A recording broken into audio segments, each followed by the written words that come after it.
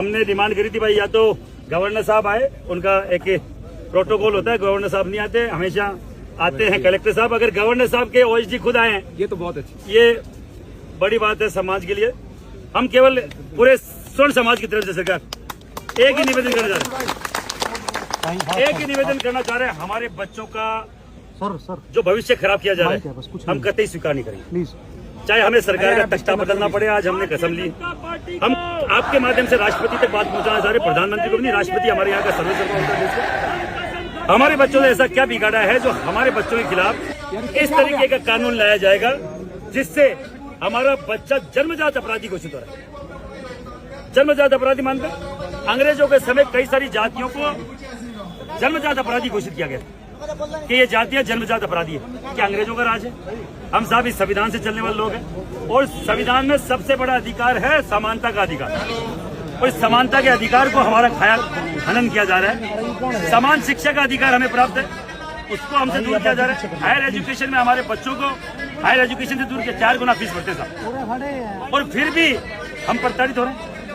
एक कमेटी बनाई गई है जिसमें 5 सदस्य हैं, equity commission, SC, ST, OBC, महिला और दिव्यांग। जनरल कास्ट का कोई व्यक्ति नहीं। क्या हमारे बच्चों के साथ हरेसमेंट नहीं होता या रैगिंग जैसी कुछ नहीं होती?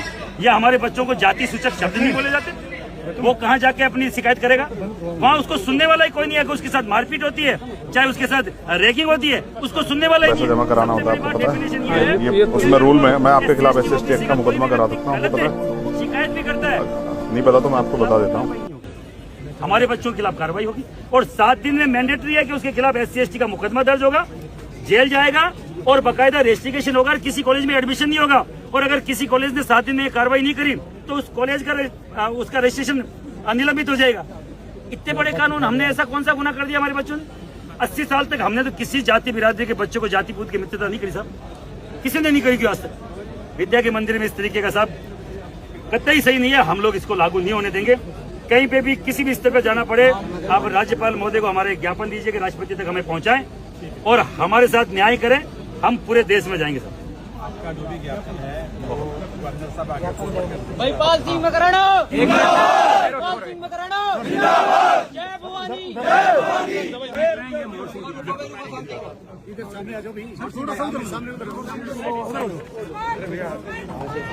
और सरकार, हम लोग जो चिन्हित करी थी, हम खुद आए, कोई बैरियर तोड़ने की कोशिश नहीं करी, कोई अनुशासनहीनता करने की कोशिश नहीं करी। हमारे वॉलंटियर्स ने अनुशासन बनाए रखा था। तो पता ही नहीं क्यों ये प्रशासन बार बार राजस्थान में हमारे साथ हुआ है। यहाँ भी हमें बोला गया 5 किलोमीटर पहले रुको। हम बोल रहे हैं आप जो जगह चिन्हित करेंगे वहां से। हम यहाँ लाठी बाटा जंग करने नहीं आए। हमारे ट्रैक्टर वाले भाई लोग बोल रहे थे कि 1000 ट्रैक्टर चलेंगे, नहीं चलेंगे। अगर किसी को ट्रैक्टर से दिक्कत है, हम नहीं साहब, ये हमारी व्यवस्था है, ये हमारे टैक्स से बनी हुई चीजें, हम क्यों तोड़ेंगे? अनुशासित लोग है साहब, ब्राह्मण बढ़िया राजपूत, ये कायस्थ, ये ऐसी कौम नहीं है जो पत्थर मारती है। गाली भी नहीं देते। हम क्यों गाली देंगे साहब किसी को? तो ये सरकारें हम पे भरोसा करे, हम आगे भी जाएंगे, वहां भी भारतीय जनता पार्टी की सरकारें होंगी शायद। तो ये मैसेज भी कन्वे कराएं कि वो अपनी जगह खुद निश्चित। अगर हम गवर्नर हाउस तक आ जाते क्या फर्क पड़ जाता? हमारा भी सम्मान होता, आपका भी सम्मान होता। और अनुशासन से आते साहब, हमें तो अच्छा लगता है कि गवर्नर साहब आते बार जो हम बात बोल रहे हैं उसमें कमी नहीं होती। इसी वजह से डिले हो गए, नहीं तो हम कल जल्दी भी आए। बहुत बड़े सरकार, आपका धन्यवाद है। ये राष्ट्रपति के नाम ज्ञापन है, आप सबकी तरफ से तैयार हो गया आप? सर, आपकी सहमति है क्या? हम लोग यही बोल के आए थे, यानी कल को बोले कि भैया वहाँ क्या पा लिया, यहाँ पाने को कुछ नहीं है, पाने को दिल्ली में। करनी मात की